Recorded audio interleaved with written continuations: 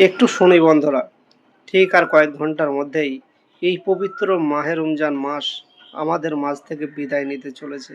আর আমরা সেই ঈদের খুশিতে উচ্ছ্বাস করছি, শপিং করছি, আনন্দিত হচ্ছি। কিন্তু আপনারা জানেন না, আজকে কবরবাসীরা প্রচণ্ড কান্না করছে, কেননা এই রহমতের মাসটা বিদায় নিতে চলেছে। আর আমরা উচ্ছ্বাস করছি। এই মাস পার হয়ে গেলেই সেই কবরের আযাব পুনরায় চালু হয়ে যাবে। সেই জাহান্নামের আগুন আবারও দাউ দাউ করে জ্বলতে থাকবে। তাই এই মাসে সেই কবরবাসীদের জন্য একটু দোয়া করি। আর যতক্ষণ এই রমজান মাস আছে, পারলে সেই কবরবাসীদের জন্য একটু দান করার চেষ্টা করি।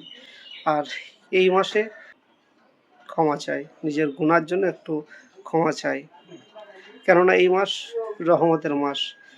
আজকেই সবচেয়ে বড় সুযোগ আপনার জন্য। আগামী রমজান আপনি পাবেন কিনা তার কিন্তু কোনো গ্যারান্টি নেই।